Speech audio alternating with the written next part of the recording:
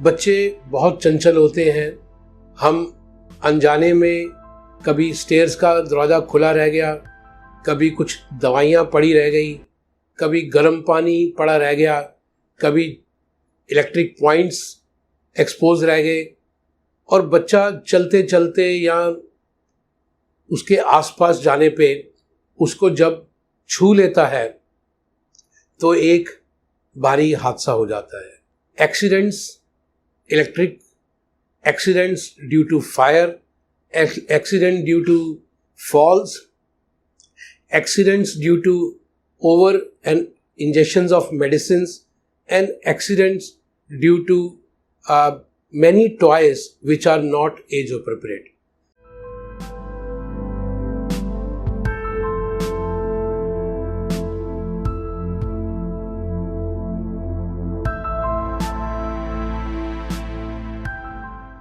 Hello friends, मैं दीपा मेहता एक बार फिर हाजिर हूँ फोकस चैनल का बॉडी क्लॉक प्रोग्राम लेकर। दोस्तों, क्या हम जानते हैं कि बच्चों में बीमारी के अलावा भी बहुत ऐसी चीजें हैं जैसे चोट लगना या एक्सीडेंट होना। इस तरह के काफी केसेस हैं जिस पर हम लोग अक्सर के बहुत कम ध्यान देते हैं या कम बात करते हैं।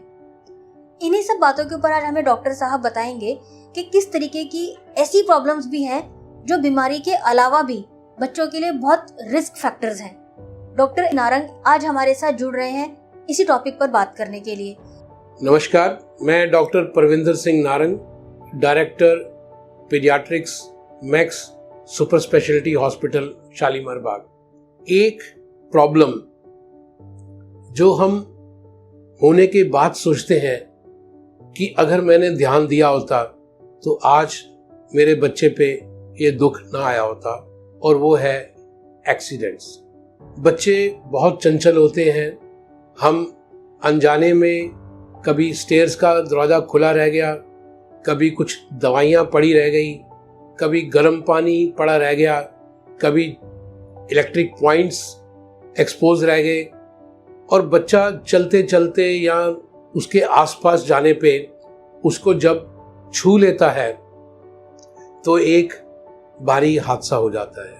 ये बच्चा बिल्कुल स्वस्थ था और इमीडिएटली जलने से, गिरने से या और तरह का केमिकल इंजेक्शन से या मेडिसिन से उस बेचारे को एक सीरियस बीमारी हो जाती है।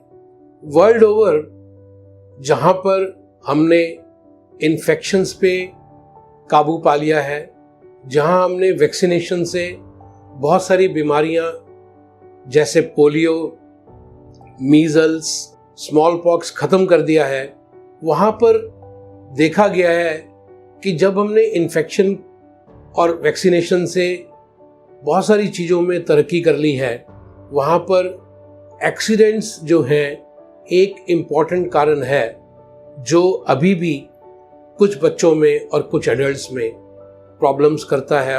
आइए देखते हैं कि किस किस तरह के एक्सीडेंट्स बच्चों में होते हैं और उनका बचाव कैसे करना चाहिए।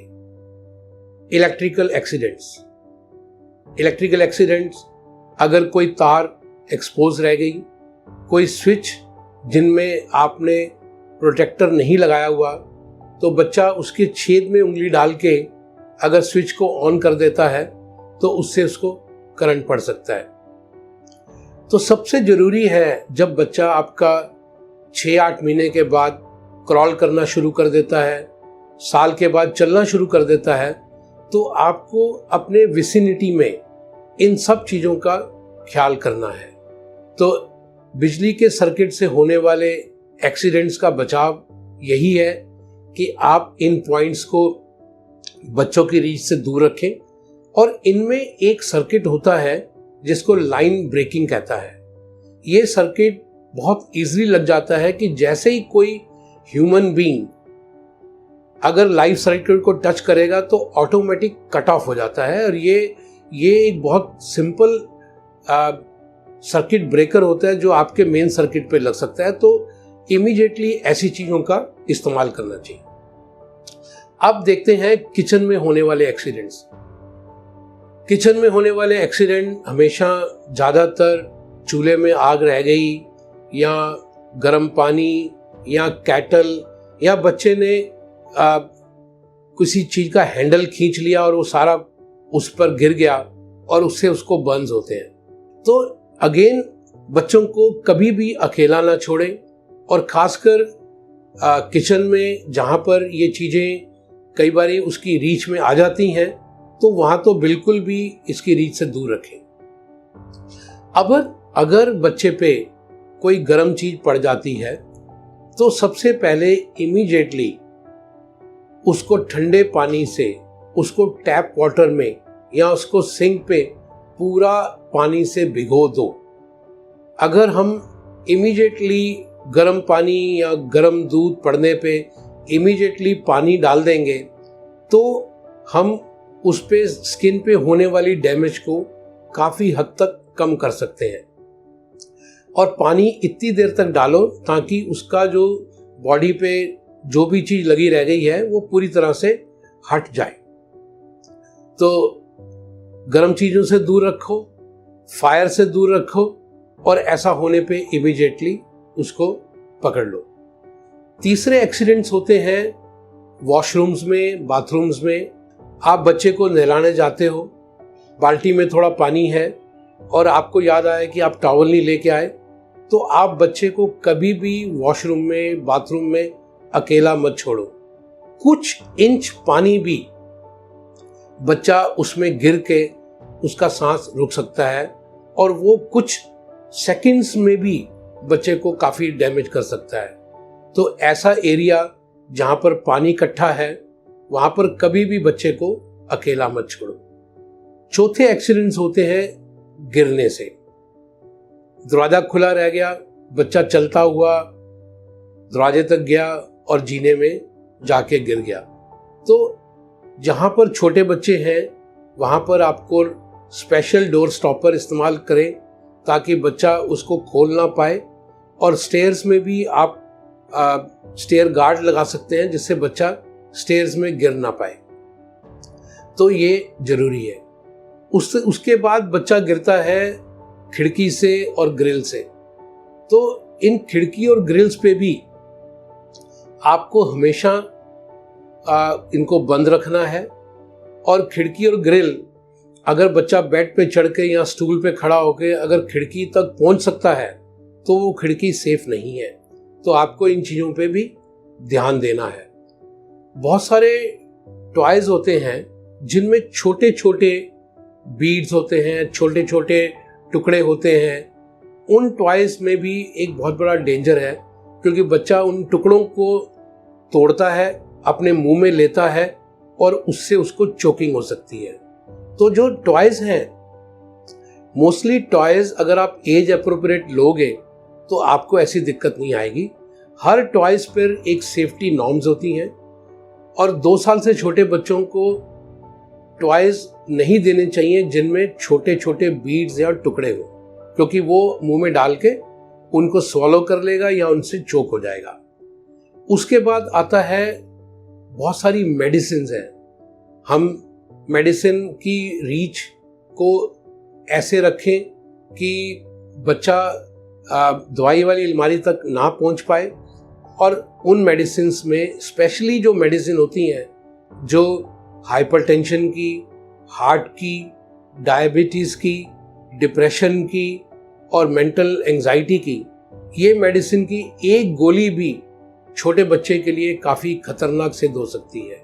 बहुत सारे पेरेंट्स जब दवाई देते हैं तो ध्यान नहीं देते हैं कि दवाई की एक्सपायरी है या नहीं है, वो दवाई ओरल की है या लगाने की है, या उस दवाई को बच्चे को नहीं देना।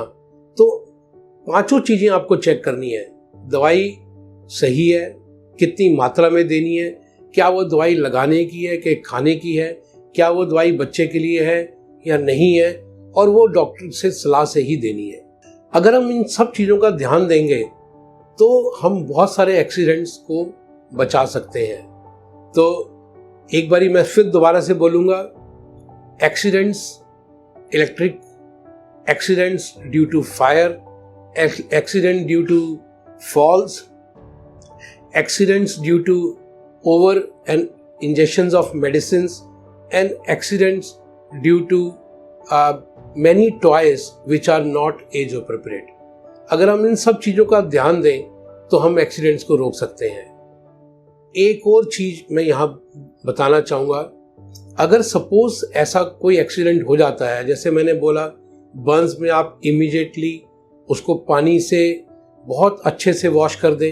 इलेक्ट्रिक सर्किट से कोई एक्सीडेंट हो रहा है तो बच्चे को छूने से पहले इमीडिएटली इलेक्ट्रिक सर्किट को ब्रेक कर दें ताकि वो उससे इलेक्ट्रिक सर्किट से और डैमेज ना हो।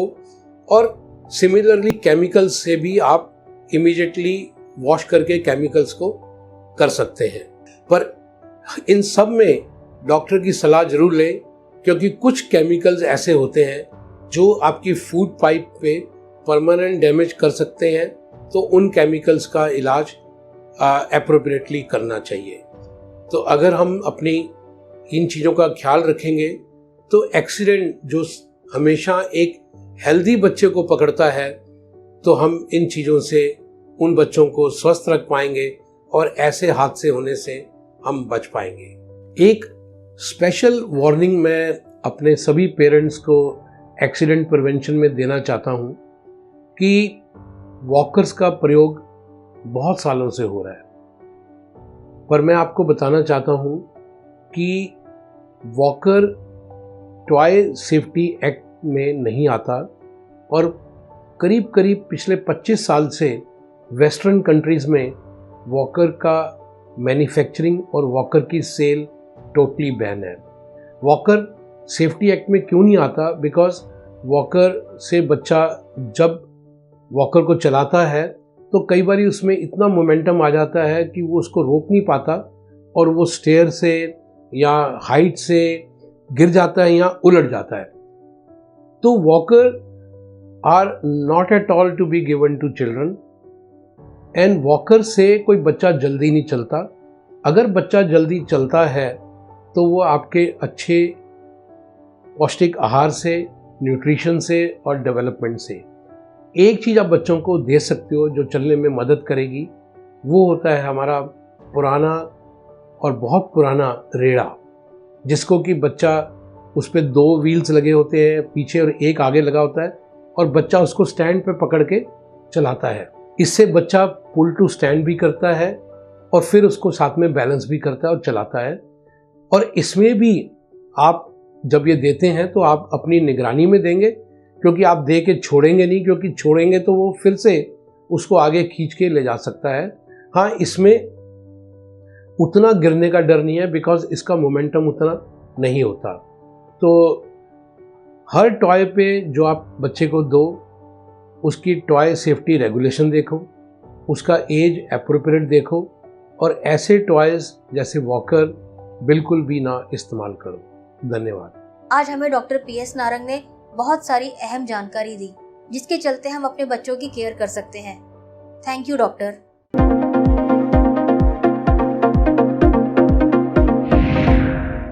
सेहत से जुड़ी ज्यादा से ज्यादा जानकारी हासिल करने के लिए देखते रहिए फोकस हेल्थ चैनल। किसी खास जानकारी के लिए कमेंट करें। फोकस हेल्थ चैनल को सब्सक्राइब, लाइक और शेयर करना ना भूलें। इसके साथ ही बेल आइकन को टच करें ताकि समय पर आपको सभी नोटिफिकेशन मिलती रहें।